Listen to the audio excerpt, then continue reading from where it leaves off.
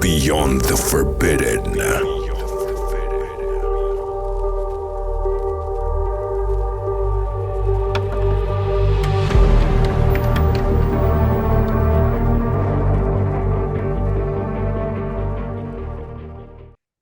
There's definitely that human level to it. Don't get me wrong. But beyond that would be this more alien force or non-human intelligence, or even just controlling force that would not want that level of this to be exposed, because what I think those things are just little keyholes of our view being widened towards what's really going on behind the scenes, which is that this earth is a farm.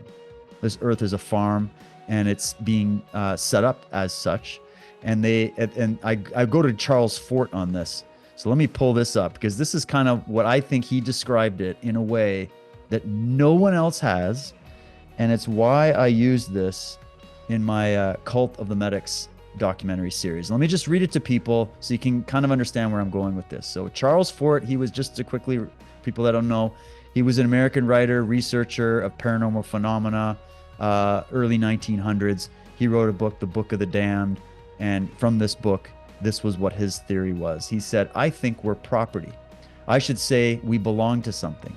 That once upon a time, this earth was a no man's land, that other worlds explored and colonized here and fought amongst themselves for possession, but that now it's owned by something, that something owns this earth, all others warned off. Would we, if we could, educate and sophisticate pigs, geese, and cattle? Pigs, geese, and cattle.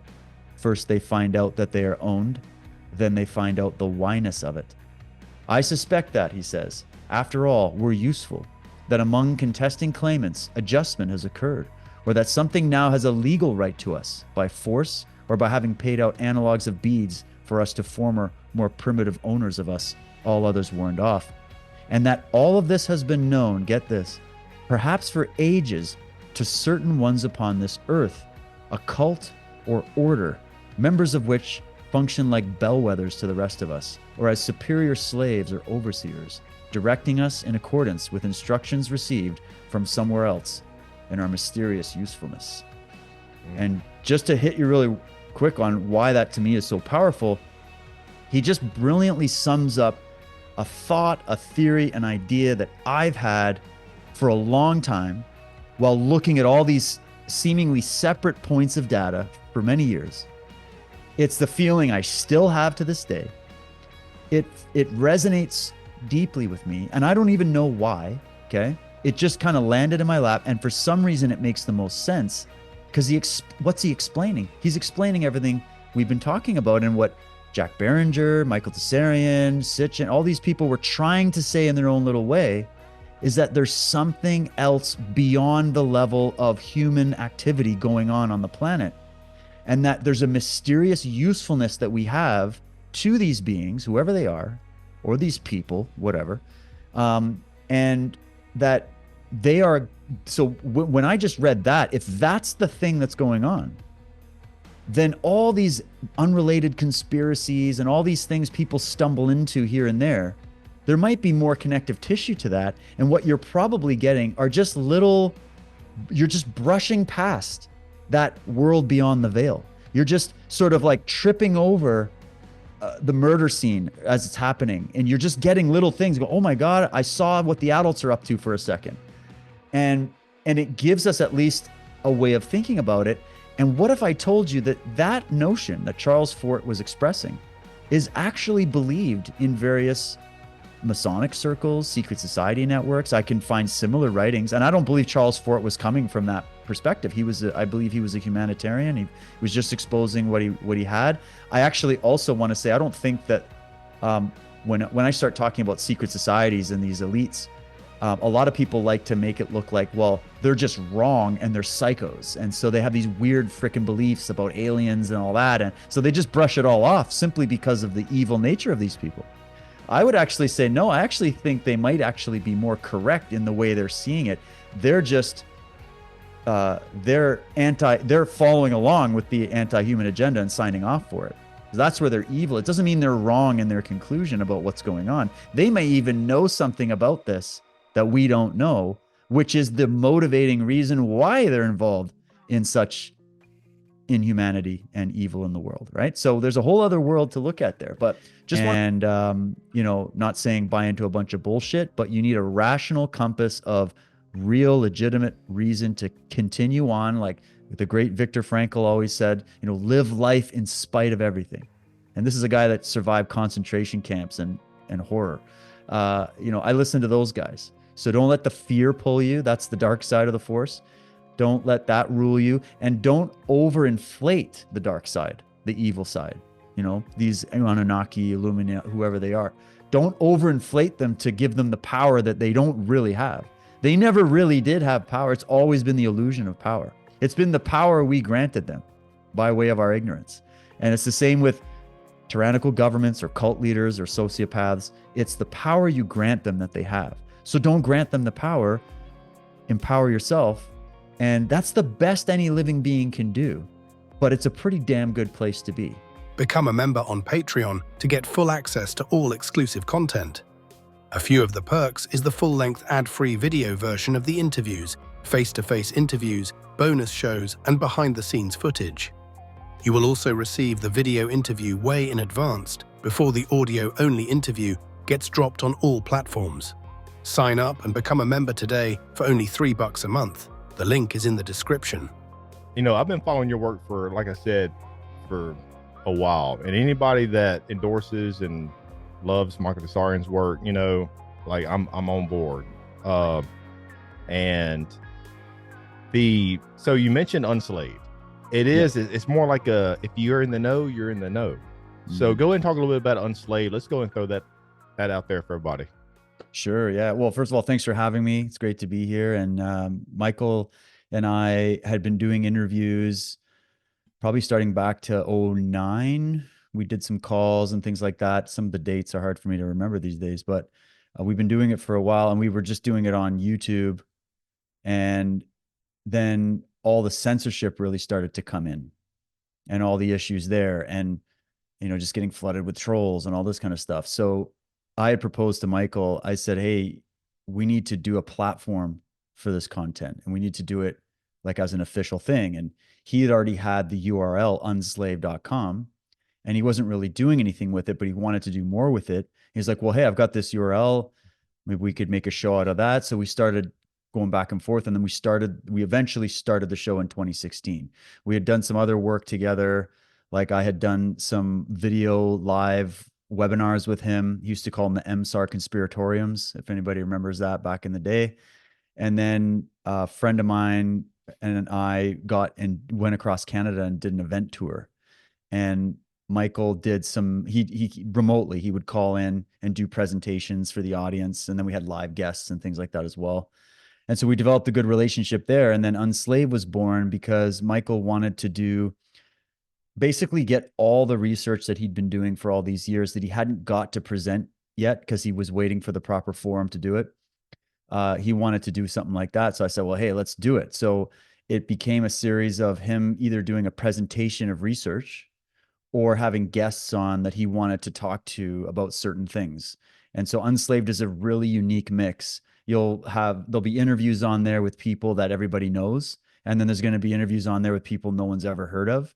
And it's just because Michael will find these sort of gems and people that he finds interesting to help him flesh out the ideas that he's been coming across and the evidence he's been researching. So that's what Unslaved is. And it's a closed set. It's a subscription only. That's how we wanted it set up so that we could make a custom site.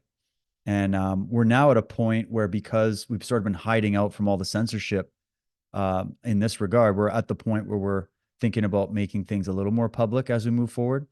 But as of right now, there's an archive of hundreds and hundreds of hours of research, interviews, presentations, and investigations, unlike you're ever going to find. And it's over on unslave.com.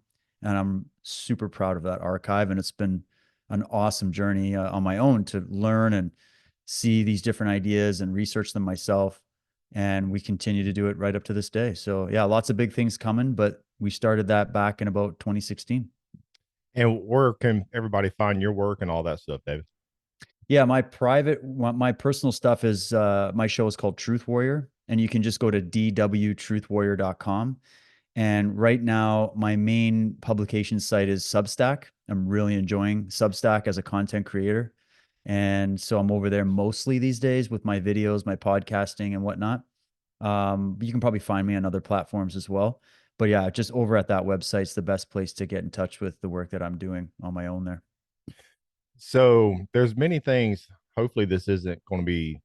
I want to do several parts, within the months to come of this discussion because you have a brilliant mind. You discuss so many things. You go to the ancient past. You talk about all the mysteries of the ancient past. Where do we come from? Where are we going? Talk about conspiracies. You talk about it all. It's pretty much just like Michael Desarian, myself. See, that's one thing that. But anyways, I want to kind of go to the ancient past and kind of lead up to maybe a little bit modern day because something that I've been trying to dab my finger on is that there's this force. I don't know what it is, David. Now, it could have been here for a long time. It could be the Anunnaki. I don't know. Maybe I kind of come up with this. I don't know if I come up with it. Maybe it's some people like to say the Illuminati, maybe it's the Illuminati, you know what I mean? Maybe Right. they are the ones, you know what I mean? Yeah. But there's this guiding force that orchestrates events. I feel like rather it's some type of subconscious mind parasite, rather it's an actual physical something. I don't know, but where are these as Jack Barringer would say, the pretender gods? Are they the ones? Are they the ones that are calling everything from behind the scenes? Because there's definitely this struggle. It's almost like this dark versus light, and it's a very old agenda. Is it our? What are they after? Our soul? Are they trying to push us towards this transhuman dystopian type world? Like Marco Desarian says, are these fallen ones or fallen angels or Nephilim, whatever? Are they trapped here? Are they trapped here and they need their technology to leave this world, this prison planet? Basically, is what it is. Maybe that's why there has been this burst in this technology over the past 100 years. Maybe we finally hit the point in civilization where we can help these pretender gods leave this world. I don't know. There's so many things, but what is this force? How far back do we need to go, David? You know what I mean? Like, Yeah. I know it's a huge jigsaw puzzle, but with your brilliant mind, take us back to where you want to start. Maybe we can go back, come to modern day. Is it the Anunnaki? Are they, and even with maybe ETs, are they all one and the same? Or are they the ETs, the Greys, the actual Igigi? But whatever is going on, there's a spiritual war, spiritual battle to keep us enslaved. And it's an age old agenda. There's nothing new under the sun. And it's not a new phenomenon. So I feel like the best maybe look towards the past and maybe we can kind of approach more the modern day. Yeah, that's a great question, man. It's one that has motivated me to continue to look into this. I don't pretend to have the final answer on it, but I've got some ideas. And I've looked at all the theories on this that I can possibly get my hands on, just because it's so fascinating when you think about it. So I usually prefer to explain it in a little bit more general terms to help people just think this through a little bit. And because when we start talking about this and naming them what they were named in ancient times, like Anunnaki, Nephilim, Igigi, the rayless ones, whatever, all the names they've been given, the gods can be a simple explanation. Everybody's going to have their reaction to that, their theory on that, their disclaimer on that. And I kind of just go, all right, well, let's think of it conceptually then, because evidence in ancient texts, a lot of people would say that's just not enough to really say for sure. And I would agree, it's not enough to say for sure. But where there's smoke, there's usually fire, and there's something going on. And if I were to zoom out and just kind of make my elevator pitch on this, this is how I roll it out for people. As I say, okay, we've been learning, especially recently, that there's, like in the Matrix, there's something wrong with the world. There's something wrong with what's going on, meaning we've been presented by the media, by all the major influences out there. We've been presented with What is reality? How does the world work? Who runs things? And all these things. And there's elements of truth to what we're told, but there's also, we know there's something missing. We know there's this great divide between religion and scientific materialism in terms of explaining human origins. So this brings up the same subject. Is like, where did we come from? What the hell is this place? What are we doing here? And Why we does there also seem have to all this.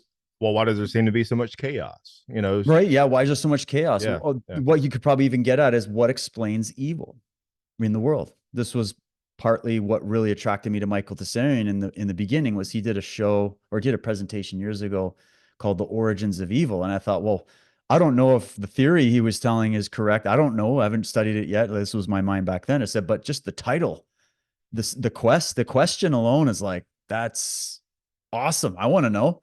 And you're told, well, by religious thinking, evil is explained by spiritual beings and dimensions and trying to influence us. Evil can be summed up by one guy named Satan or Lucifer or the devil or whatever. And then all the other religions have their explanations. Like, but they all talk about this fall of man that led man from this ancient state of happiness, peace, sort of this blissful state that's been described in many ancient texts. And then suddenly there was this fall. And this is very much described in the ancient legends. And so you go, okay, well, were they trying to tell us something about this origin of evil in there? And in those descriptions are descriptions of, as Jack Barringer put it, advanced beings that either came to the earth. So they talk about beings that came from heaven to earth, or beings that were already on the earth that were more advanced. So there's thousands of texts around the ancient world that are still intact that you can still read, like the Puranas, the Mahabharata, even in the Bible, the Book of Enoch, all these ancient books that you can get a very interesting story from that sounds a little different than just the typical mythological motifs that you'll hear throughout ancient scripture or ancient writings. There seems to be very specific descriptions of beings that aren't really showing godlike powers, even though they're called gods in these ancient myths.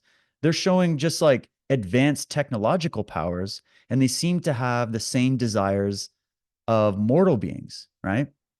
So you could look at it and go, oh, well, if I look at all this ancient record, I could say, oh, I could go with like ancient aliens thing and say maybe they were actually talking about advanced beings that looked like godlike to them, but they just possessed technology that was beyond their comprehension. So anything we don't understand, we immediately put up into the spiritual, we can't explain box and go, oh, it's some other beings from, but maybe it's just simply that there was an advanced group. Like imagine the first time European settlers, came in contact with indigenous tribes. What was that perceived as by them? Advanced peoples that had technology they didn't even understand that were coming to their land, and there was this whole interaction that took place. Well, what if that happened not just like one group of humans meeting another group of humans at a different part of the planet? What if we realize, okay, we're inhabiting a universe that I believe is full of life, if the potential of life exists here phenomenologically, it's logical for me to assume it exists elsewhere. And so what if we're talking about visitation from other worlds, right? In the same way that we might go from one country to another, or the way empire gets expanded, et cetera, right? So this is just it's just one theory. Like, okay, maybe there was advanced visitation by physical beings that were very scientific, highly advanced, and were perceived as godlike to ancient man, right? That's one idea. Then you could go, okay, and then you're kind of getting to this, like, it all starts in the ancient past, but there's something that connects it all to what's going on right now. I agree with you. So then I have to explain the architecture of control, right?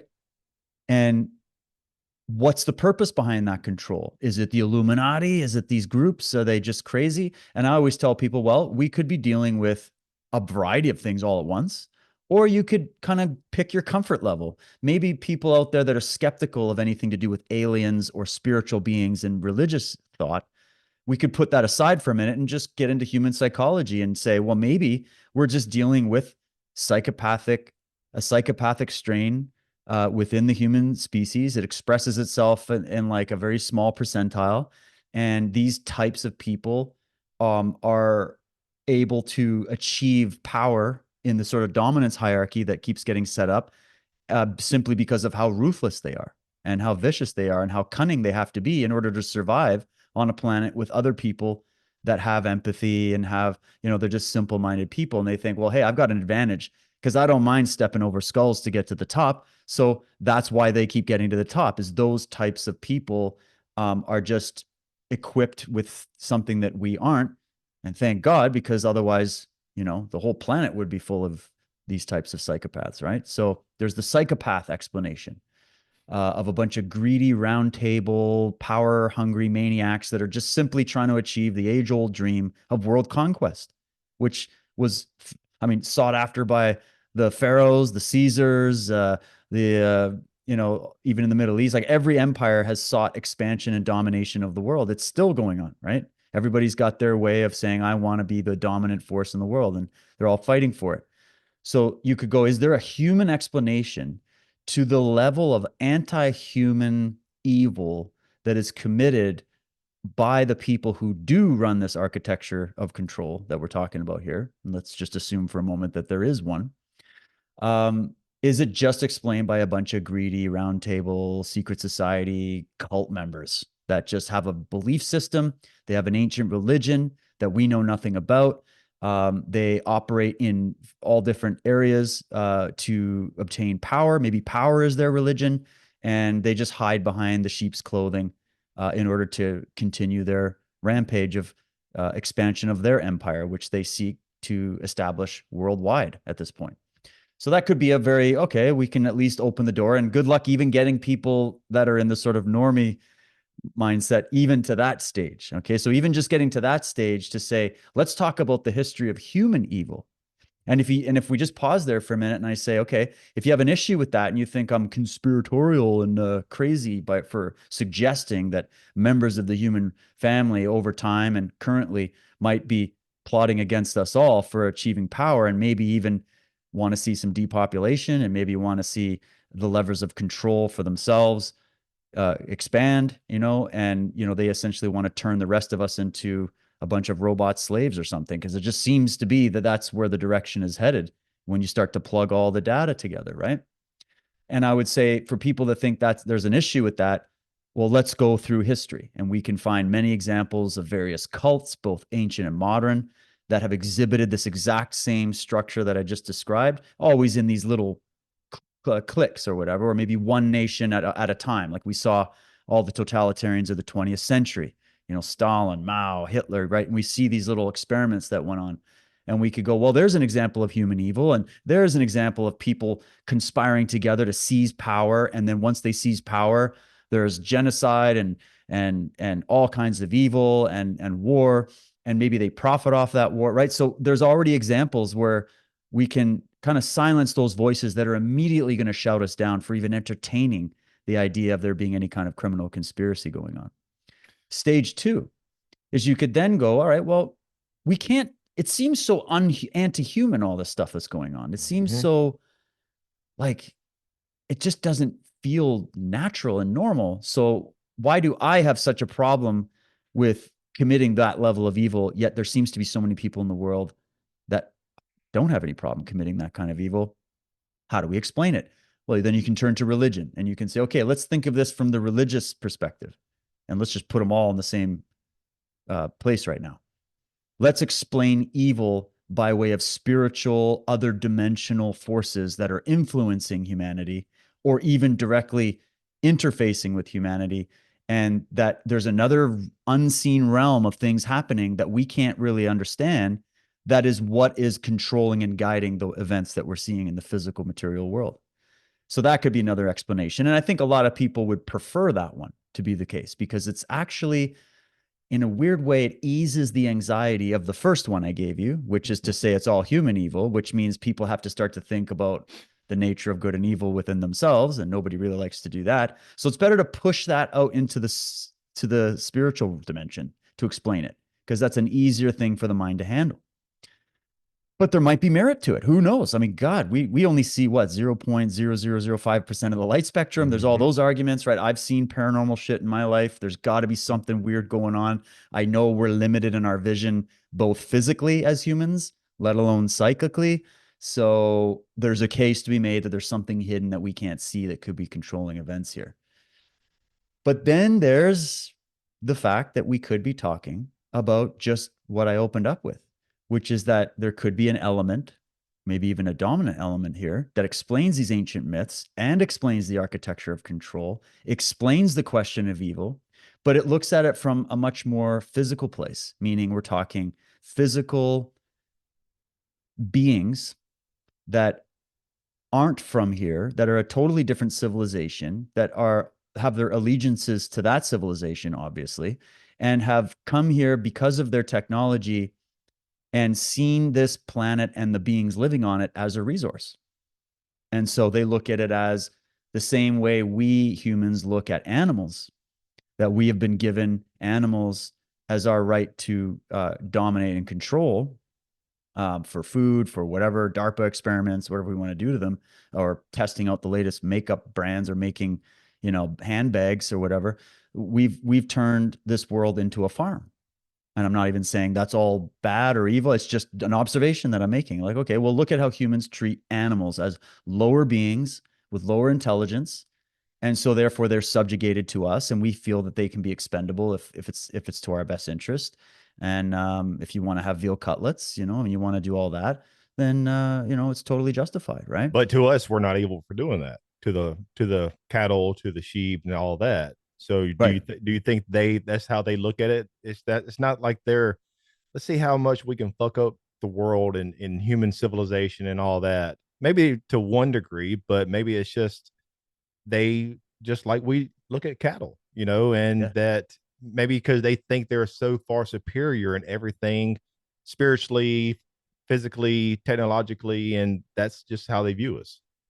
Yeah. And that's what I'm getting at, is like, if they did view us that way, it's not a big stretch for us to compare the way we view animals in the same way, right? They would view us as a resource, whether you want to go with the whole dimensional spiritual siphoning of your energy system or whatever as being the cause, your loosh or whatever people say, or whether we're talking genetics here, right? Mhm. Which would be to me the real currency that would be looked after. This obviously to me isn't about money. From what I've seen, we can't just boil all the evil in the world going on and all the control systems that are set up to simply people trying to make money. I feel like that would be maybe appropriate for the lower level henchmen to inspire them. But at the top, we're talking about the people that like invented it, that run the printing presses of the money. That like they have more, they control all the land and the resources, right? So this has to be something deeper than just maybe money. So what would it be? Well, maybe genetics is the prize. Like, what would even inspire a non-human intelligence, or maybe even humanoid beings that are just far advanced, that evolved in a different star system or something, or whatever you want to imagine? They have a reason to see this planet and the species on it as fair game in terms of establishing a resource source, a source of resource, right? For whatever reason. Again, it's just speculation, but it's speculation based off of, just the way you hear the eyewitness testimonies to some of these paranormal events, or look at the ancient myths and legends. Like, you have to do a lot of comparing to really come to that, right? But I don't have any hard evidence for that. Obviously, we're just sitting here trying to explain it. But we do have hard evidence for our situation, which is that you could look around at the world, and I don't care where you live, and you could realize that human beings are essentially slaves. We're slaves to something. We operate like slaves. We think like slaves. There seems to be even parts that are just baked into us, I think, genetically, that produce slave mentality, right? This sort of mass formation psychosis we keep seeing pop up again and again. What is it about us that needs to be led by these very, very evil cult leaders, tyrants, dictators, psychopaths, right? Why have we never grown up as a species? What stunted our development possibly? Why are we so lost? And it's just these are the questions that I start to ask. So just to really sum that little bit up, was you got the psychopathic human explanation that maybe could be explained by just bad belief systems, or whatever. Or you could also explain it. Michael and I have been talking about this a lot. It's something called an antipathy to nature, meaning that there's a part of human psyche that's actually frightened by the natural world. And Obviously, there's some basic reasons why that might be, but we can even go back to possible ancient traumas and things that may have occurred that started this process. And so, in that antipathy to nature, there becomes sort of a self hatred that gets baked into it. And then over time, you lose your humanity at a certain point. And maybe that's just the people that are running the show. Is the reason they don't seem human to us is because not because they're actually aliens, but just because they have lost their humanity by way of these psychological mechanisms, right? Then there's the spiritual explanation, which would come from religion, and then there's the, I think, physical extraterrestrial explanation. That's what I come up as the best three to sort of go, hey, I think we're all speculating here, but if we can establish with people there is an architecture of control, there's a system that has been with us expressing itself in different forms since ancient times to now, we can compare them all and find the patterns, and we show up and we go, okay, now how do we explain it and who's really doing this? Um, Personally, I think it's a lot more complicated to answer that question than maybe people think. But second of all, I think we do have enough information to do some logical speculation on this question. And that's really what I like to do. And I'm glad you are into it as well. Well said. And there's so many facets, so many variables at play. So with you talking, then I have to, which one do I want to go down? Because there's so many variables. You know what I mean? Yeah. And I know we're both fans, and Michael is also of Jack Barringer. And I have many quotes, within my notes, but let me read this one of Jack Barringer from Past Sure. Shock. Quote, we were genetically engineered and conditioned from birth to be creatures which would venerate and worship those who created and spiritually raped us. The Popol Vuh states how the gods were finally victorious in finally getting us to be obedient workers who worshiped our genetic creators as if they were the creators of the universe and the creators of the soul. They were liars who were bored and used us as play fodder. They demanded worship because their souls were underdeveloped. Undeveloped. They made us fight their wars because they lacked the resolve and courage to fight them on their own. They made us build large edifices to praise them when they weren't even close to being worthy of our praise. We believe all of this because we had been so dumbed down that we no longer had the capacity to question those who committed this spiritual rape. We worship them because those who committed this spiritual rape, or we worship them because they treated us quite brutally if we didn't. We fought their wars because we knew that we would be slaughtered if we didn't. We praised them because that was what they wanted, and they got quite nasty if they didn't get what they wanted. With every veneration and praise, we etched the cellular conditioning that these pretenders were gods. We must have known that this was a sham because we resisted valiantly. End quote. Give me your thoughts on that. Yeah, I love that book. I have it. I've read it many times. I love Jack Barringer, his take on it. It's very similar also to Michael's take on it, which is unique actually because in the UFO world, which I spent a lot of time, always been interested in that subject, and I've spoken to people like Richard Dolan and David Hatcher Childress and Richard, all these guys. Like I've spoken to them all, and I was they so all have close their to own. interviewing Jack Barringer before he died. Oh, really? That would have been. We communicated email. Then I think maybe something happened on my end. I think 6 months to a year later he died, or whenever it was. But Oh, so sad. That yeah, happened to me with Lloyd Pye, actually. I was very I interviewed close. Lloyd Pa. Yeah, Oh, you got, oh, I yep. love Lloyd's work. I have his book sitting right here, the discussion of intervention theory and just the way he broke it down in a very scientific way. It's sad what happened to him, but Mm-hmm. these men, their work will live on, and just the work they did to even give you enough information to even ask the question and even think about this, I think is valuable enough. It's And our duty to keep it going. I agreed. That's what I look like. We're the new generation who've been listening to these great thinkers who they kind of were the ones that went through all the literature and then went, hey guys, this is what we found. They're never going to tell you this in school or Sunday school or in the media. And those are the maverick scholars that I live for. I live for the free thinking maverick, right? Who can think Mm-hmm. outside of the academic box. And I feel like they present more a much more detailed theory. This what you've presented. It sounds like something out of Star Trek for somebody, but hey, what were the writers of Star Trek trying to tell us? Like, what if it's not as off off the rocker as you might think. Look at the time we're living in right now. If you would have told people 5 years ago all the things that were going to be coming down the pipe that have happened, nobody would have believed you that Mhm. that this would have happened, right? But here we are. So, um, you know, absence. What's the old saying? Absence of evidence is not evidence of absence. Mhm. And yet here we are also having these guys who've collected evidence, at least from the ancient record. That's where Jack Barringer was coming from, was to say, look, if I look at all these ancient scriptures again, and then I compare it to, say, the apocryphal works that were cast out of the final cut of the Bible, if I then go and look at all the other ancient myths and legends from all over the world, how are cultures that never were in contact with each other, and some of them were thousands of years apart from each other, basically crafting the exact same template of a story and a myth? So that must mean, yeah, it's written in mythological language. And yes, there are mythological elements and anthropomorphisms, and it's a lot of star lore, and there's a lot of astrology baked into it, and it's symbolism and metaphor, right?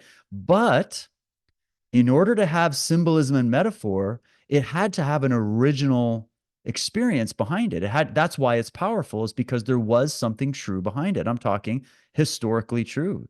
It's just that the way it's presented, I don't believe historically true, but the story behind it is what someone like Jack Barringer is going to go and try to get at, or Michael Tsarian, and say, hey, we don't need to throw these books out and say, oh, they're all just a bunch of campfire stories written by ancient man. Cause I don't know, was ancient man bored to shit and all they could do was just bake up all these crazy ideas? No, they were busy surviving. And it meant that these stories were important enough for them to write in cuneiform tablets, which is incredibly hard to do, by the way, to preserve for thousands of years in these libraries. A lot of this documentation, we only get to see little tidbits of it. There are people that have libraries of books that are unknown to the modern world, that are missing pieces to this whole story. And there's also what the hell's buried under the Vatican. There's like 50 miles of stuff under there, and God knows what else is classified from public view that is known amongst the intelligence agencies of the world, the people that are really at the top, or even some of the various elites that have flown in these circles of people who know a lot more than you and I might know. So I put that all on the table when I think about this. And I just also think from a logical perspective about it. I go, look, I go out and I look at the stars, and I love astronomy and studying the star. I love it so much.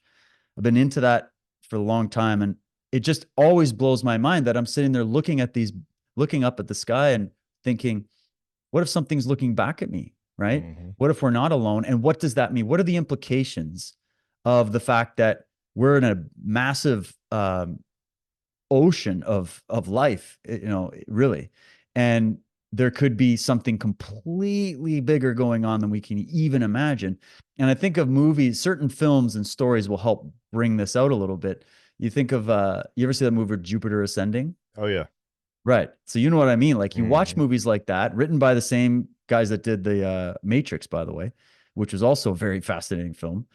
Um, and the whole premise is that there's essentially intergalactic corporations and private families that are running entire planets in the same way that we have international corporations and private families running entire countries on planet Earth.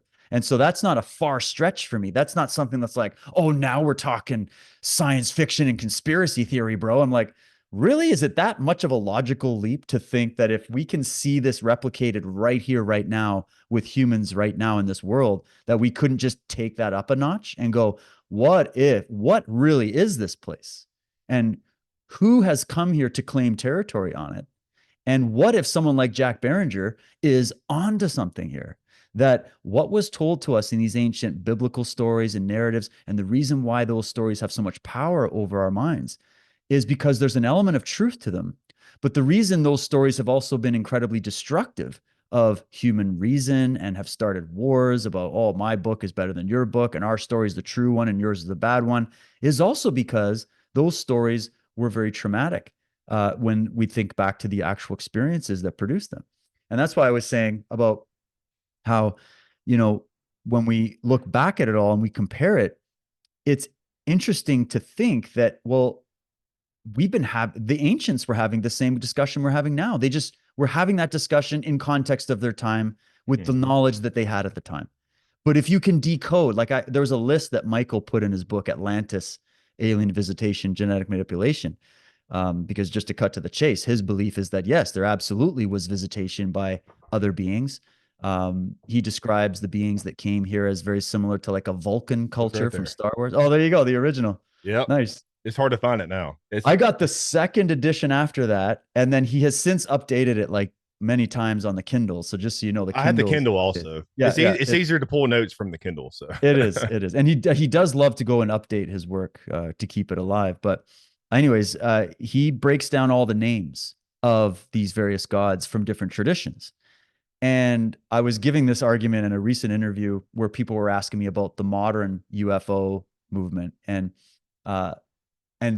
I think the person was trying to basically tell me that, well, all these aliens are just demons in disguise, and they kind of went with that whole thing. And I went, well, you're saying demon, I'm saying alien, we're saying UFO, the ancients say Anunnaki, Nephilim, Jinn, whatever, take your pick. And do you think we're all talking about different things? Or is it more likely that we're all talking about the same thing and just using different words, right? it could be that, or it's the super stuff. Or it could be a soup. Well, yeah, exactly. There could be, that's absolutely a possibility. Yeah. The way I read it, though, is if I go from the Sumerian and Assyrian creation epics, and they're speaking of Anunnaki and whatnot, and then you go to the biblical tradition, the Jewish tradition, and they're talking about Nephilim and fallen angels, and then you go to somewhere else and they're calling it something else, and then you see the same general descriptions of how I don't mean to cut you off. interacted. I don't mean to cut you off, but who was it? The Anasazi, Anunnaki, Anasazi, Anunnaki. There you go. Kind of rhyming words there. You know Right. what I There's mean? also words. Yeah, there's similar words. And you know how language changes over time. You get into etymology, right? That's a whole subject.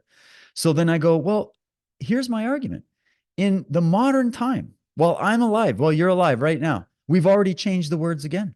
So if I say UFO, I'm outdated. I'm like a UFO boomer. Like I'm totally outdated. Hey, you're using UFO. We call them UAP now, boy. It's UAP. That just sounds so much more scientific and catchy. We also don't call them I need to have ETs. my pinky up when I take a sip of this. Yeah, yeah.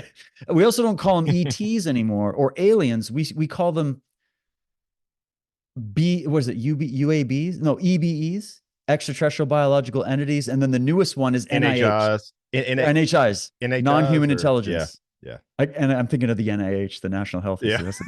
That's a different conspiracy. So yeah, so we've already changed the acronyms that are sort of like the approved parlance for when you're discussing this in our current age. So it just seemed like just yesterday they switched it to these new terms. So if we're already changing the language of how we discuss whatever the hell this paranormal activity is going on in our skies, what's to say this hasn't happened in this giant game of telephone that's gone on for thousands of years, right? And we're going to go back to where we were with, these gods and back to the past in a moment. But, a lot of people that claim to be awakened, they like to chastise and downgrade like people like, let's say, David Icke, which David Icke, a lot of his work is pulling from a lot of the giants that we rest on the shoulders of, a lot of his books. And so I just finished I have all his books here, David Icke also. So rather what you think of or agree with his information, we are still using the terminologies and the words. Like he even used non-humans within his book. He used a lot of these words and cliches and all this that we're using today. And we're thinking, oh, we're the cream of the crop. No, David Icke was talking about it, which he referenced a lot of other brilliant minds. There's a lineage to it. Yeah. These words and a lot of the terminologies, a lot of it is not new, and a lot of people think that this is a new phenomena, and they come up with these, they like to bad talk, people just using David Icke as a reference. People like him, that he's a nut job, but you're using the same words and a lot of the same theories that he talked about in his books. Yeah. Yeah. And I'm like that. I look at it like that too, because there's definitely things I disagree with someone like David Icke on, but there's definitely a lot that I agree with and I'm appreciative for forever, because he helped change my life with much. Everybody has a piece of the puzzle, man. Everybody does, and nobody has it all. And you need you need different theories out there. You need different ways of looking at it, because we can't become a cult trying to become unculted, right? Like we have to learn from many. And that's why I love working with Michael, because he comes from that. Um, he's very passionate about his perspective and his theory, what he's come up with. And there's few people I know alive that have done the amount of work that he's done to come to those theories. So it's definitely that. But he likes to see things from different angles as well, and taught me a lot about that, actually, to say, hey, there's nothing wrong with seeing a different theory or listening to a Christian writer over here, and then an Islamic writer over there, and then an atheist writer over there, and then a guy that's into it over here, and then a guy that isn't over there, because it's the human mind perceiving reality from different lenses. And so if you're a truly objective researcher, you can't discount an entire person because you disagree with a few things and go, well, they're flawed. Everybody's flawed in their vision. We're all That's why blind. it's kind of aggravating, David, is because Right. yes, we've become more awakened since 2020, but are we truly, whenever we're not open mind, are we truly collectively awakened? I'm not talking about you or I or the people that's listening, but collectively awakened if we're not open minded enough to even to fathom the idea that a lot of these great, brilliant minds may have pieces of the puzzle that are truth. You know what Yeah. I mean? Yeah, I know. It's not truly awakening if it's that. Like, that's awakening to me. It's not necessarily being shown a bunch of classified documents or learning that they probably didn't tell us the truth about 9/11 or COVID or like, that's not awakening. That's just like day one. Oh yeah. You're awakening to the fact that evil exists, criminality. You're awakening to the dark side, that it's there and you have to be aware of it. That's not spiritual. That starts spiritual awakening. That's not the whole process though. If you've been on this track as long as you have, my man, you know what I'm saying here. A These lot of the people questions, that are saying they're awakened, that we're all awakened, most of it is somewhat awakened to left right politics. right? You know Yeah, what I which mean? is like you're just batting your eyes a little bit. You're just like, okay, I'm starting to see a little, like you're just coming out of the sleep, right? So kudos, let's keep going. There's a lot to work with there, but it ain't the end, man. You're not awake. Like I wouldn't even call myself fully awake. I don't think you fully awake in this life, right? Wisdom is knowing how truly little you know, man. Socrates, right? And that's what's missing. That little piece is personally my pet peeve with what's turned into a movement, right? And maybe there's just nothing we can do about that. The more we were expecting this back in the day when this started, because this movement, what you would call a movement of like an alternative research movement or truth movement, it's really only a few decades old. It's not a big, not to say there aren't like histories of individuals popping up to be that in their society, right? They were all like put in jail or called loons, right? You probably don't even know half their names. But today it's becoming bigger because of the internet. And so there's more people joining now. And then, yeah, the events of 2020 till now have basically pulled the what would you call it? The ignorance veil of everything's okay, everything's just fine and honky dory. We can totally trust, the system. Everybody's realizing that that is a lie, but they don't know where to go next. And so we've got a lot of new people pouring into this type of research, and then they're drawing conclusions. They're sort of muddying the pot, and then they have the gall to go and attack the researchers that founded it and did the actual research, and somehow just take them down. And I find it ridiculous. Whether they're all right or wrong is besides the point. We owe them a debt of gratitude for even bringing this to our awareness as a question. And so I'd like to see more humility in the movement. I'd like to see true investigative journalism.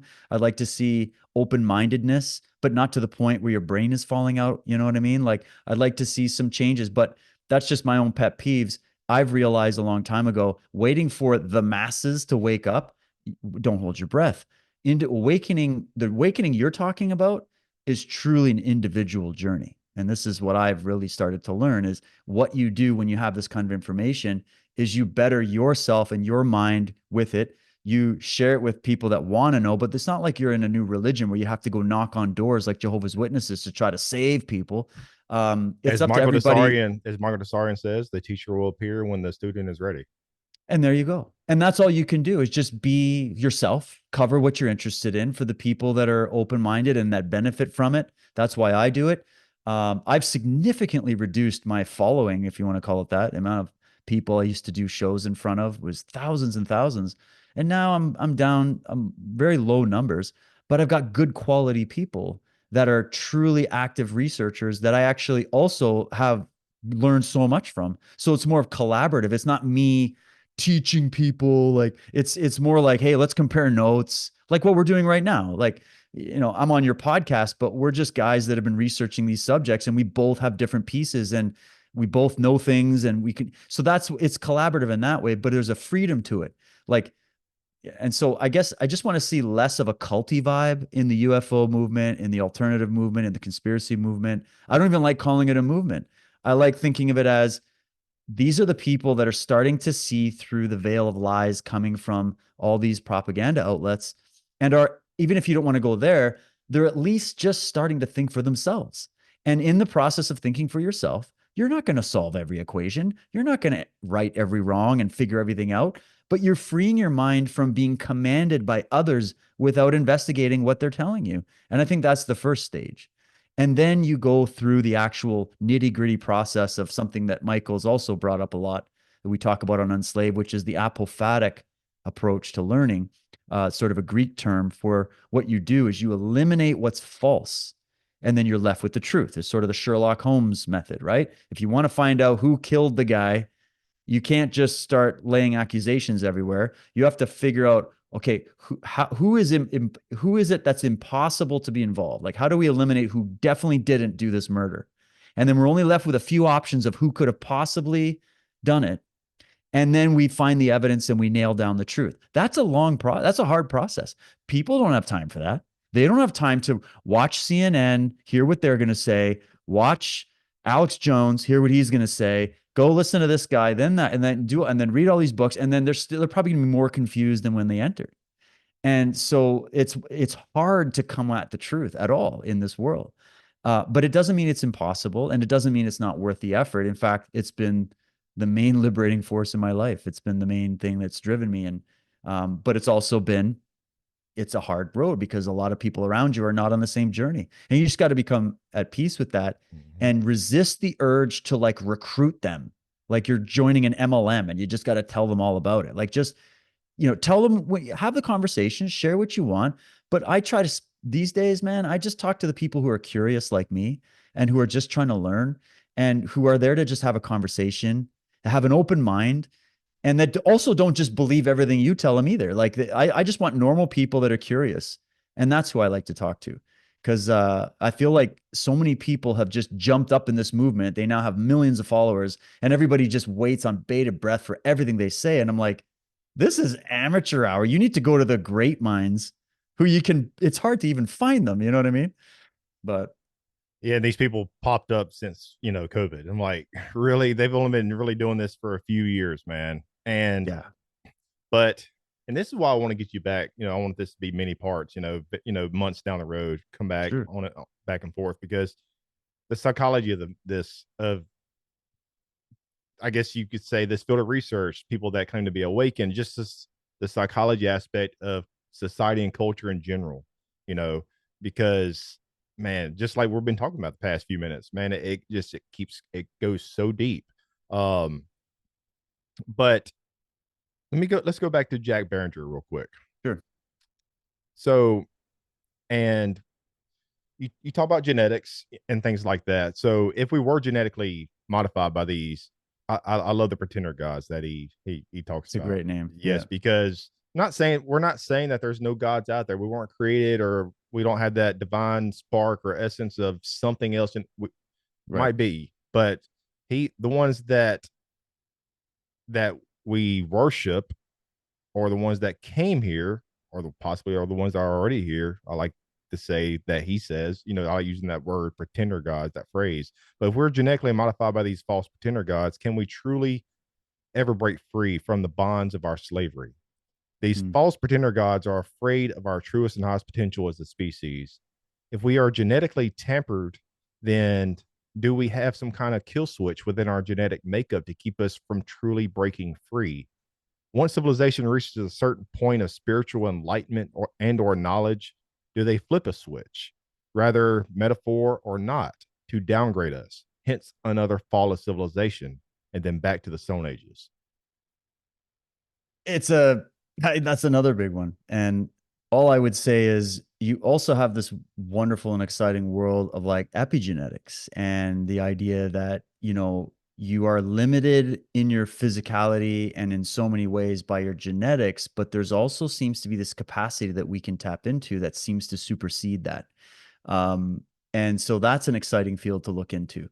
You get into like Dr. Bruce Lipton and, all that, all those, some Greg Braden, some of those guys have been looking at the scientific side of spirituality, if you want to call it that. But that's how I see it as well. Just quickly, I look at it like we were hijacked. Our evolution, our natural curve of growth was hijacked by a bunch of pirates. And so our growth and development was stunted. And so that definitely caused catastrophe, not just physically on the earth, but I think within our own genetic makeup and our development. Maybe a subconscious like schism within our brain, There you go. like The trauma. schism. Yeah. Yeah. The trauma, right? The trauma of genetic alteration, like that alone is a traumatic thing. Then there's the trauma of past possibly cataclysmic events, wars. Just think of history. Like look at the pages of history. It's just soaked in blood and history and war and empire and all kinds of stuff. So trauma builds up over time. Then you have genetic memory, right? The memory never goes anyway. The ancients used to call it the memories of the ancestors or the Akashic field or whatever. You could go very much with just genetic memory, genetic race memory, that there's something there as well. And then you wonder, now this asks the question, what is consciousness? Because there's the physical being, which is like the spacesuit. It's the vehicle you drive around, but who's piloting it? Is it the Anunnaki? Is it some aliens? Is it the fact like that the materialists say it's just brain signals? Like you're not actually anything. You're just you're just an accident. Like I don't believe any of that. I think that consciousness that you're animated with is that photonic light that we're told about in religion.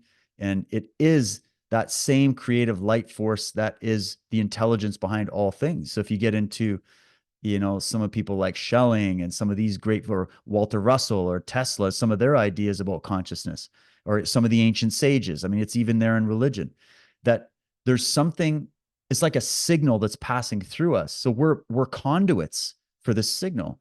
So they can mess with the conduit. They can mess with the body, but they can never mess with the primal source field that animates all life in the universe, right? That is what that light is, that we were told by so many great thinkers, philosophers, teachers, etc. So that's where I would say I don't think we're in a bad deterministic situation to say that, okay, maybe we were created or emerged in our natural state, and then we were tinkered with by a bunch of intergalactic assholes or interdimensional assholes, however you want to look at it. But they can only mess with the physicality. They can't ever access that code that is what's priming your conscious awareness. And this is where I think we get the stories in religion about how, well, the devil can only tempt your flesh. Evil can only tempt your flesh. That's of the flesh. There's the religious sort of dogmatic way to look at that. But then if you zoom out in this perspective and you think, well, maybe that's just old ancient adages for trying to talk to the average person of the time to say, there are forces within you that are pulling you away from the light. And that they would look at them as demons or beings or whatever, but really it was the genetic code, the faulty genetic code. And then they would say, here are the practices, health practices, dietary, meditation, prayer, certain things you can do to mitigate the effect of that genetic damage that we call evil, right? So maybe when we mythologized this whole story, which is actually very practical in the beginning of it, and that's where we get all of those religious ideas about good and evil, when really we're talking about what you just asked, the genetics versus epigenetics, or spirit versus matter. And we're both. And it's been said by many that we are almost like schizophrenic beings. We have this killer chimpanzee, murderous, animalistic, bestial side. But then we have this like incredible creative genius, the beauty, the romantic side of ourselves, the dreamer side of ourselves, like the observing side of ourselves. So we're multidimensional just on that front. And so we are literally encapsulated entities of light and dark in the universe, the universal forces, right? And this goes back into so many different areas from studying the ancient religious traditions. And so I think there's something for it all there. And that's why I'm not all doom and gloom about it. But I definitely also recognize that if this is the case, and our planet was essentially invaded and a long time ago and may still be under that kind of jurisdiction, that there's definitely that issue that's going to be blockading us from truly evolving, at least in this physical domain, to our potential. But I still believe they can never own your soul. They can never own who you really are. And I think the fact that we exist with free will and that we can even have these conversations, that alone is proof that they can't force you to think what they want. They can try, they can influence, they can manipulate, but they can never fully capture that system, which means that system isn't in their domain. That system is, I think, that we can call it the light or the consciousness that was given to us by the creative force in the universe, however you want to view that. And that is unhackable, unalterable. And the only thing they could do was alter us genetically, which also I think gave us some advantages over our previous state, right? I think it's the reason why we have this ability to think on this level. And I often wonder if this Anunnaki or whatever these beings were, which is, don't forget, that's our name for them, not necessarily what they call themselves. Whatever these beings were, they might actually envy us for the fact that we're still connected to that spark. And you see this even in like the Transformers or the lot of Marvel Avengers stories and whatnot, that there's sort of like the gods envy us, right? Because we have something they don't have. All the power they have, there's many stories of this in the myths, all the power the gods have, something about us they envy. So what does that tell you? Maybe they gave us a little bit too much access to our intelligent side, and they might regret it, which is why there's a system right now working so intently on reducing us further into the sort of transhumanist direction with a negative bent to further suppress the fact that that spark, that light, that consciousness is itself inspiring the natural evolutionary cycle in humanity. And the powers that be, whoever they are going to lose control unless they ramp up the level of control, because they're realizing that genetic control just wasn't quite enough. So some interesting theories to think on it, at least. So now I want to read one from Michael's book, Atlantis, Alien Visitation and Genetic Manipulation. Quote, the earth is a terrible place to the offspring of the Nephilim, but after all, they caused the unsightly mess and state of decay. They took a good thing and abused it. The chaotic world of men is of their manufacture, but sadly, the welfare of the planet and of humankind is not their concern. Their prime concerns are technology and escape. What becomes of the prison after they have departed is a question that never enters their deranged minds. In fact, things have been going great for the lords of evil. Since the Renaissance and Industrial Revolution, the Brothers of the Snake have been congratulating themselves on their progress. Every day that passes sees them approach the end of their long quest. So, what we kind of discussed a little bit about this, but so, like I said earlier, there's this spiritual war. There's a war that's been going on behind the scenes that's probably been going on for thousands of years. But with this unseen force, whatever they are, the Anunnaki, that's like you said, that's the name that we give them. Rather the ancient pretender gods or the fallen hybrid bloodlines, ETs or whoever. I feel like they're putting all cards on the table. This force is no longer in a perpetual state mind frame.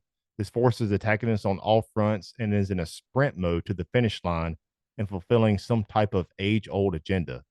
I ask you, David, if there is some type of age old agenda that has been in the works for thousands of years, what do you think the ultimate agenda is? I know you mentioned something about like merging with the machines or, the AI and things like that, but I feel like there's a quickening effect that we are facing and we're being bombarded with on all different types of fronts in this spiritual warfare by this dark force. Yeah, yeah. And again, I can only Do you think it's speculate based. transhumanism? Do you think that's one of the main ultimate goals and agenda of this force and Well, or the collaborators of people that, the flesh suits here on Earth? yeah, yeah. I mean, it's definitely an element of it. And when you think about transhumanism, when I say this, I'm not against advanced technology that can assist humanity, like at all. Mhm. There's many amazing things that can come out of robots and nanotech and all these things, but in the wrong hands, used for nefarious purposes, or in the fact that it's all centrally controlled by like one agency or something, that could be an absolute nightmare, right? And we obviously know the threat that technology can pose to humanity, namely the fact that we will lose our humanity, and namely that the main elite groups that are pushing this current version of this transhumanism that we're talking about are open in the fact that they're saying this is going to replace humanity with humanity 2.0. Like you got Yuval Harari and Ray Kurzweil and these guys speaking about this with like a religious zeal to it, where that's their belief that humanity is an old clunky machine that needs to be replaced, right? Humanity is the Commodore 64. This is the new Mac, whatever, and we're bringing it in and we're going to replace you. And so, obviously, we've all seen enough science fiction to understand the problem. But I think that when you talk about a great agenda, I think that even when we talk about the word conspiracy, and we always get labeled conspiracy theorists and that's a conspiracy and all this, that's not an adequate word, man. I think if we're seriously talking about an interplanetary takeover process that took place thousands of years ago, that our ship Earth here on the outer ridge of the Milky Way galaxy got hijacked by a bunch of you know, inhuman or people that didn't give a shit about us that had their own agenda, like that would be the most massive revelation to humanity ever. And then we would have to ask, well, what's their current plan? We've seen history, so we can get an idea of what their plan was then, if this is the case. But what could it be in the present day? Well, I think that it's a maintenance program.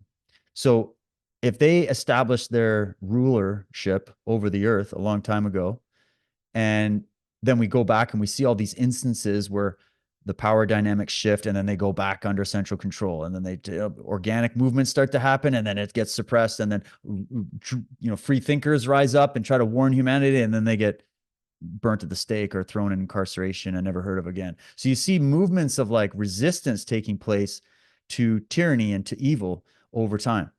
And then we get to this modern age where now we have access to all this information in the click of a button, where you don't have to go and look at microfilm anymore. I remember the days before you had such easy access to social media, how hard it was to collect all this information. You probably remember it. Like you're Mhm. trying to gather information, you're looking at you're burning stuff on CDs and DVDs, and then some guy's got old books under his stairs and shit. And like you're just collecting all this Nap- newspaper clippings, Reader's Digest. Napster and LimeWire was the best. Yeah, see Napster. Yeah, exactly. You know what I'm talking about. And they're all trying to download, loose change and whatever. Like I remember that. And now you can just like click and watch multiple versions and new videos that have been made on it, and read books. You can have Kindle now. You can all these authors, you can get stuff translated for you. I can go to Google Translate. I can take ancient documents. You can go research all these subjects. I can download entire university courses on stuff. So it's a different age. And I think that in this time, the powers that be knew that giving us this technology would eventually become a bit of a pain in their arse. But maybe in their hubris, they underestimated what could be done with it.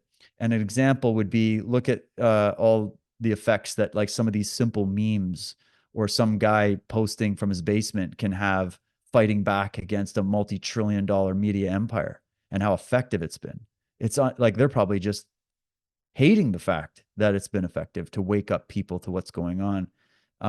So it's been a double-edged sword for them. So then I start to think, okay, maybe they hit the gas because they had certain dates, calendar dates. Because don't forget, the theory would be that these people, whoever they are are very ritualistic in nature. And there's something about their nature that has produced this, which means that's kind of their Achilles heel. And this is where someone like Michael would come in and say, look, we can track the footprints of this predator because they leave it out in the open in the same way that the Zodiac killer wanted to leave his little notes and his little symbols and bring some mystery and intrigue to his vicious murders and play little mind games with the detectives. That's what psychopaths do. It's not enough that they just go kill people. They want an audience. They want to be, and remember, if these are beings that are described as gods, these are beings that want worship and adoration. So they expect worship. Okay. It's not enough that they created religions Yeah. to put us in this constant state of Stockholm syndrome. Yeah. Religions or bad ideas, or like now we can look at all the woke stuff going, like just ideals that are out there. And then some of this stuff's invented by us too. We can't lay it all at the feet of the Anunnaki here or whoever it is, the Illuminati. We're also part of this, right? Because if we are genetically infused with alien DNA, that means we have a part of them in us too, right? So let's not forget that. But at the same time, we could surmise, given all the data, that the agenda, if we read documents from groups like the Club of Rome and things like that, who I think are like little satellite organizations and think tanks that work for what David Icke calls the spider sitting at the head of the spider's web. We can all speculate on what the spider is and who it is, but we're thinking it's off-world, non-human beings here in this theory, that they are now in a situation where they can be exposed much easier, right? And it's this weird dynamic, just like that Zodiac killer or pick your psychopath, where they don't want to be caught. So they don't want enough information to go out to implicate them and be caught, but they want to put out information to show that they did it. So because they still want the worship. This is their weakness. The arrogance that they have is their weakness. The fact that they want our worship and they look at us like little pet dogs that need to sit when they're told to sit. That's their weakness, right? It's always been the weakness of that kind of master-slave dynamic, right? So in a time where humanity is, Michael often describes it as humanity straining at its chains. Like there's something that's driving an impulse in us that we don't know where it's coming from, but there's an instinct towards freedom and being like, I want to find the truth, and I feel like I'm being held back, and I see through the lies, and I want justice. There's this vibe that's really hitting, and the more crimes that are coming out, that are being exposed, that are done by what people think is just the government or some evil corporations or some Epstein clients or whatever. They just think on that level. There's definitely that human level to it. Don't get me wrong. But beyond that would be this more alien force or non-human intelligence, or even just controlling force that would not want that level of this to be exposed, because what I think those things are just little keyholes of our view being widened towards what's really going on behind the scenes, which is that this earth is a farm. This earth is a farm, and it's being set up as such. And I go to Charles Fort on this. So let me pull this up, because this is kind of what I think he described it in a way that no one else has. And it's why I use this in my Cult of the Medics documentary series. Let me just read it to people so you can kind of understand where I'm going with this. So Charles Fort, he was, just to quickly, people that don't know, he was an American writer, researcher of paranormal phenomena, early 1900s. He wrote a book, The Book of the Damned.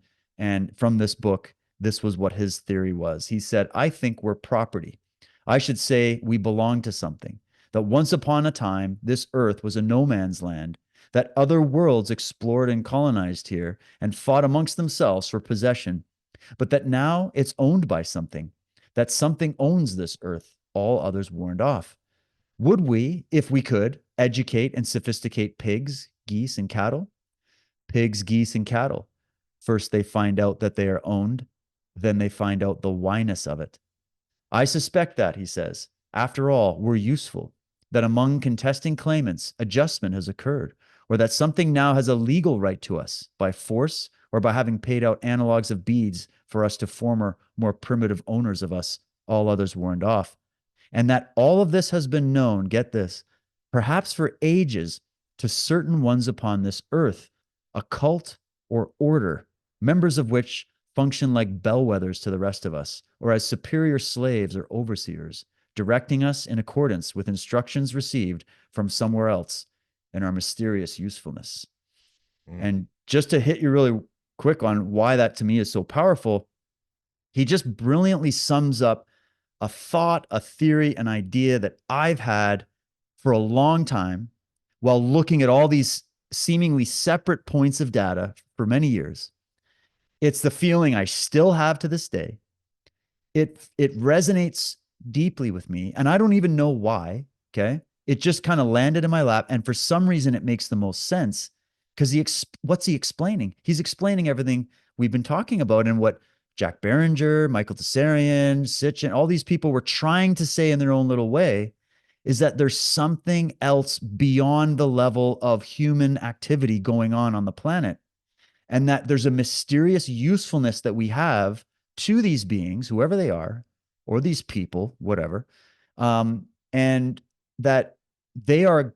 So when I just read that, if that's the thing that's going on, then all these unrelated conspiracies and all these things people stumble into here and there might be more connective tissue to that. And what you're probably getting are just little, you're just brushing past that world beyond the veil. You're just sort of like tripping over the murder scene as it's happening. And you're just getting little things go, oh my God, I saw what the adults are up to for a second. And it gives us at least a way of thinking about it. And what if I told you that that notion that Charles Fort was expressing is actually believed in various Masonic circles, secret society networks? I can find similar writings. And I don't believe Charles Fort was coming from that perspective. I believe he was a humanitarian. He was just exposing what he had. I actually also want to say, I don't think that when I start talking about secret societies and these elites, a lot of people like to make it look like, well, they're just wrong and they're psychos. And so they have these weird freaking beliefs about aliens and all that. And so they just brush it all off simply because of the evil nature of these people. I would actually say, no, I actually think they might actually be more correct in the way they're seeing it.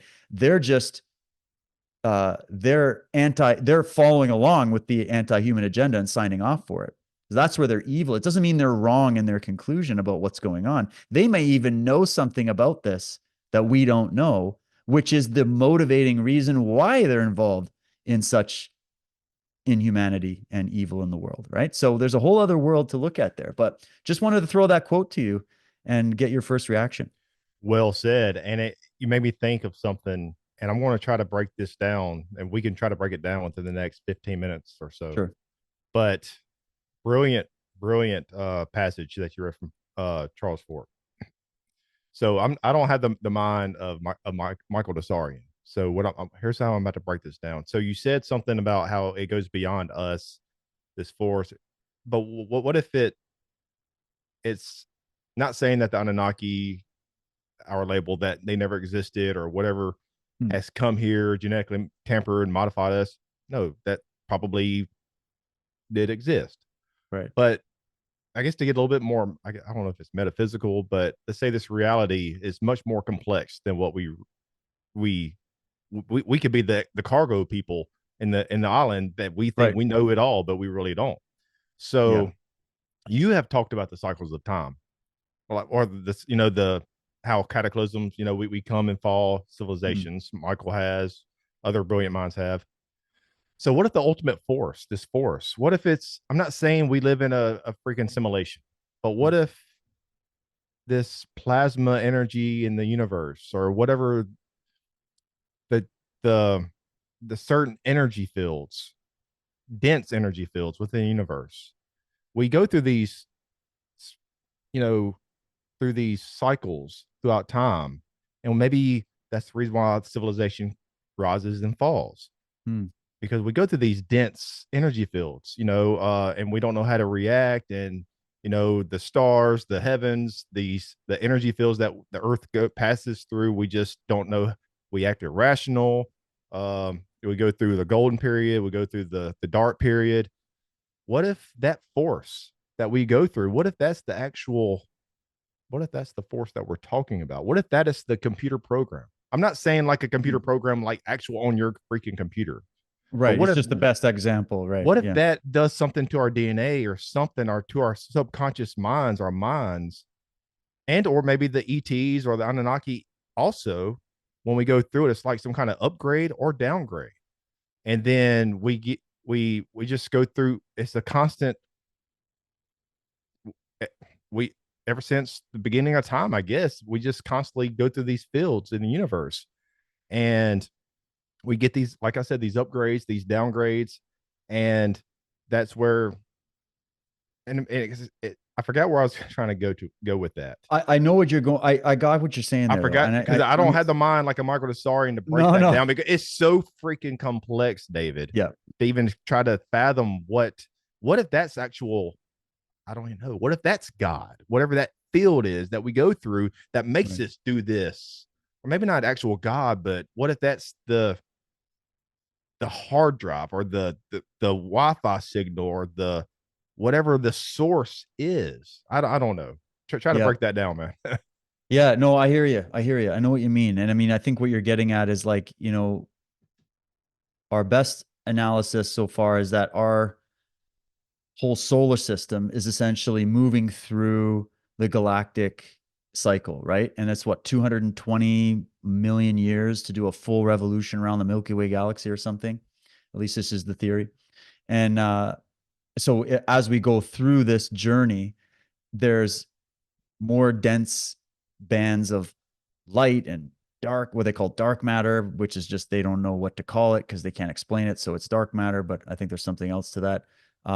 And there's all these different fields we can go through. So that could have an influence on us in the same way that astrology in its purest form, not in the like Sunday horoscope form, but like the old way, the astrotheology, was understanding that there was this connection between the movements of stars and planets and the movements of ideas and times of great ingenuity and invention and progress. And then these dark ages of like repression and we're going backwards and things aren't working. And then so there's the grand cycles, then there's the annual cycles, and then there's the monthly cycles, then there's the weekly, then there's the daily, and that probably just keeps going right down to the subatomic particles, man. Like who the frick knows?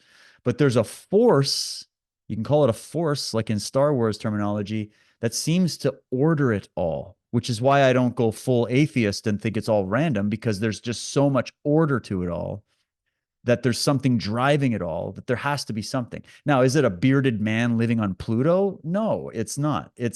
But there's something there. Now, just to say that, to your point about, is that what is bringing about the collapse and rise of empires? Is that what is motivating these periods of, we see more tyranny and evil in certain ages, and then more abundance and harmony, and in other ages?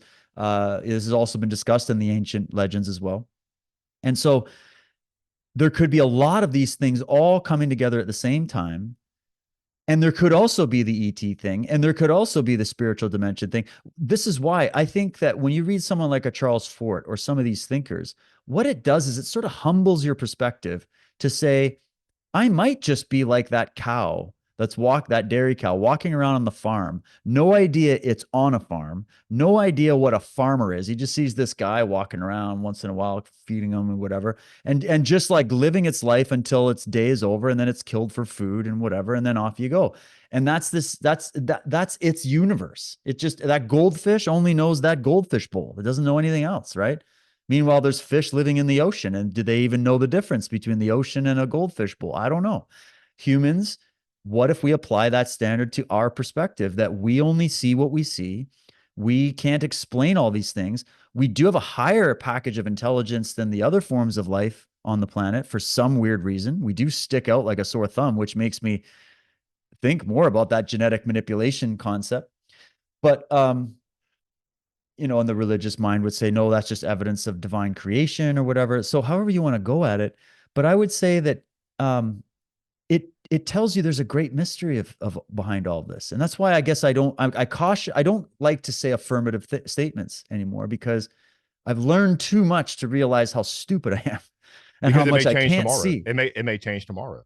It could You know what I change mean? tomorrow. We could Yes. get a massive download or something revealed. Be like, oh, it was that. Oh, okay. Like, how many times have you have you learned something that if someone's describing it and you think you know what they're getting to, and then they hit you with something you've never heard before, and it's just like, oh my God, I've never thought of it like that before. We could have that kind of moment as a species any day now on any one of these questions. That's the time we're in. And so I feel like what we're hitting on here is not to say we have the final answer on it. We're exploring the mystery. We're exploring the question. And it actually takes a lot of bravery, I think, to be open-minded about that and refuse to say definitively what it is. I believe that's a virtue because we can't logically say what it is. Like that cow can't write a whole essay on what he thinks is ruling his life. We're just figuring it out. So leave room, again, I say stay open-minded with this, not to the point where your brain falls out of your head with it, but to the point where you're thinking now. Now we're thinking. We're going, yeah, maybe it's that. Maybe it's this. Could be a little bit of that. Could be a little bit of this. This is where I like to live when I think about this. And then there are the things that you can verify, right? And there's those pieces of data that are just so good that you go, that's just way too convincing to say that this whole thing is bunk. And there's many of those things that I've come across in my research on these things. And so, but at the same time, remain humble because we could be in a kaleidoscope of unimaginable proportions about how all this stuff plugs in. A lot of people like to fantasize that maybe when I die, I finally just know all the answers. Maybe you don't. Maybe you got to earn multiple lifetimes in different modalities, even different galaxies, out of different dimensions. I don't know. Who knows? Consciousness travels and does what it does. You can't, destroy it. So it must keep animating something. And the universe seems to be defying all of our understanding of what time is, anyways. A lot of the modern physics theories are getting tossed out the window as new fields are emerging now in science. It's happening everywhere. It seems like this movement towards realizing deep hidden truths and secrets is coming upon us right now. And that's why I love, as frightening as our time is, I also see the value in it because I feel like we're on a verge of a massive breakthrough when it comes to this, when it comes to energy, when it comes to origins, when it comes to who's running the world. All these questions are on the table now. And so, yeah, that's all I can really say on that. I know we're about to round things up, but do you think we're due for another type of cataclysmic type event? And maybe that's the reason why there's this push of total human enslavement by whatever this force is, because they know that we go through these cycles and throughout history, and they know that there's another type of cataclysmic type reset or whatever you want to call it that we may be faced. Maybe they know something that we don't know, that maybe it's something with where the earth goes through the universe, that we hit these periods throughout the ages, and they need, what is it? Like we didn't discuss it, the artificial intelligence, they need this technology, or are they trying to push us towards something in this quickening effect before whatever happens? You know what I mean? Before another fall of the human civilization, before we rise from the ashes once again down the road like the phoenix. Yeah, I mean, it's definitely a valid theory. I mean, there's some indications on it. I've heard people break it down that we could be coming up to something, and they might know it, which is why there's so much secrecy, which is why they're encouraging, certain levels of depopulation or whatever to ease the burden, which is what, there's many ways we can look at it. But I also, whatever it is, David, I'm sorry, whatever it is, yeah, this is our trial by fire moment in history, though. yeah. And that's all I was going to, that's actually what I was going to say. I was going to say, no matter what, this is a coming of age time for the species. I think it just feels like that. It feels like whatever's going to come down in the next few years, months, even, like it seems like we're really close to some big things. There might even be I think if it's a process, right? It's not just one day, December 2012. It's all like, I think that there might have even been something to the 2012 predictions that they're speaking about a new age astrologically, and that it's going to affect consciousness. So, and if you think about it, since 2012, things have slowly gotten more insane, but there also has been these other elements of awakening and good things that have also been happening. So it's like, and now it's so crazy that we're going to hit some big moment, a catalyzing event, and then our fate is determined thereafter. Like that's the feeling I get. But I mean, who knows? Maybe the CIA knows something we don't know. And what if something did happen in 2012, but it's just beyond our visible light spectrum? We can't see it. You know what I mean? Oh And yeah, that's it. There's also a funny theory. It's like that show Lost, where we all died in 2012. That's why everything's messed up, and we're just trying to figure it out. But no, I don't know. I think that I also find it interesting that there hasn't been a massive earth-shattering worldwide cataclysm outside of the recorded myths, right? And what we can maybe determine geologically here and there. It's been so long. So is there something that is a protective force around the earth? Is it a natural thing? Can that break down? If we're talking aliens and advanced civilizations, is that a component as to why it hasn't happened? Man, I've heard so many ideas, but here's what I'll say. We don't know what's going to come tomorrow. Okay.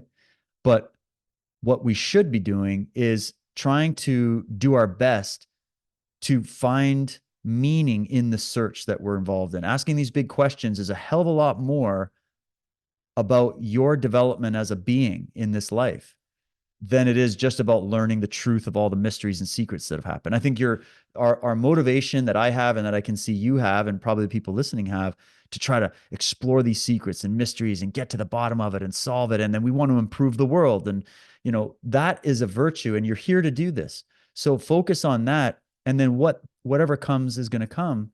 But I can't believe that all of this is for nothing, and that the human race is just going to be wiped out, and the elites are going to go live in their little underground bunkers and then reemerge and create the new.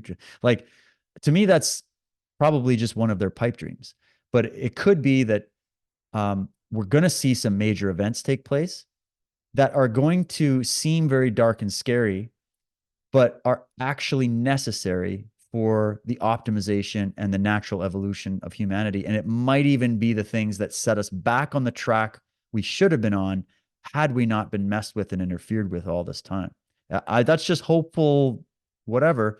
But intuitively, that just sits right with me right now. And I just say, stay positive, be prepared for anything, listen to all the voices and, make your own decisions, but don't also get into that doom and gloom mindset, because that can be more disastrous. Like thinking it's all over, it's all hopeless. And it's easy, man. That could be worse. I've done it. I've done it. It's so easy to go down that trap. So easy. It's more easy to go down that track than to have, I'm talking rational hope here. I'm not saying hopium pie in the sky bullshit. I'm saying it comes from the martial artist in me, I think. Like, you need a certain amount of hope and faith that's required for victory. You can't go fight an enemy believing that they overpower you and you're just totally screwed and there's nothing you can do about it. Even if it's true, you're going to be ineffective and it will become true. But how many cases of like 300 Spartans and 7 samurai and a small group against many and all this that have happened where all the odds were against them? And if those guys went to those battles with the mindset of a black-pilled, oh, it's hopeless and the bad guys are going to win, they've already got it cinched, they wouldn't have had a chance of winning. So live your life with give yourself a chance of winning. Give yourself a chance of victory. Give yourself rational, grounded means for real hope. So don't go into the bullshit hope of everybody telling you, oh, the saviors are going to come out of the sky and save us and all this shit. No. Don't go there. But just realize, just go back to that still small voice within you that's going to tell you this isn't all for nothing. This isn't all meaningless, and it's not all hopeless. And as Gandalf, Tolkien, said brilliantly in Lord of the Rings, evil is not the only force at work in this world. And there is good in this world, and it's worth fighting for. And so don't obsess about the future that you can't control, because that's really where your anxiety lies. It doesn't really lie in the events of the future. The anxiety we feel lies in the fact that we feel like we can't control the events of the future. And if you live there, you're disempowered. But if you live with the notion that, yeah, I could walk out tomorrow and get hit by a bus, a comet could hit the planet, alien invasion, a fake alien invasion, I don't know, whatever happens, a new virus, whatever they're going to do, whatever's going to happen, total societal meltdown. I can't control that, but I can control right here and now. I can control myself during times like that. I can be prepared And all of this research and knowledge was at least my attempt to fight back against tyranny and evil and empower myself with the reason why we're in the situation we're in. And at least I'll know why things are going down, right? At least that. But what was it? Charles Lindbergh Jr., when he went on the flight around the world or wherever it was, and he was talking about unseen forces coming to guide and aid them during times of duress. I've spoken to many war vets. I've spoken to people that have had near-death experiences and challenging times. I've had my own, and they all describe this feeling that like there is a higher force out there. You can call it what you want, that once you're in complete harmony with it, there is a protective agency that is there, and it's something that exists within you and all around you. And whether that's just some pie in the sky nonsense or whether it's true, I think is really just determined by each of us. Like, I think that's an appropriate belief system when we're moving into such uncharted territory. And you got to cling to what's going to give you the courage to survive it. And, not saying buy into a bunch of bullshit, but you need a rational compass of real legitimate reason to continue on. Like the great Viktor Frankl always said, live life in spite of everything. And this is a guy that survived concentration camps and horror. I listen to those guys. So don't let the fear pull you. That's the dark side of the force. Don't let that rule you, and don't overinflate the dark side, the evil side. These Anunnaki, Illuminati, whoever they are, don't overinflate them to give them the power that they don't really have. They never really did have power. It's always been the illusion of power. It's been the power we granted them by way of our ignorance. And it's the same with tyrannical governments or cult leaders or sociopaths. It's the power you grant them that they have. So don't grant them the power, empower yourself. And that's the best any living being can do. But it's a pretty damn good place to be. So that's my closing thoughts on it. Well said. And just like Bruce Lee said, be like water, my friends. Yes, sir. Don't be a product of fear conditioning, fear programming. But David, as a treat, honor, and privilege, my friend. Thank you very much, man. Same with you, man. Let's do it again sometime.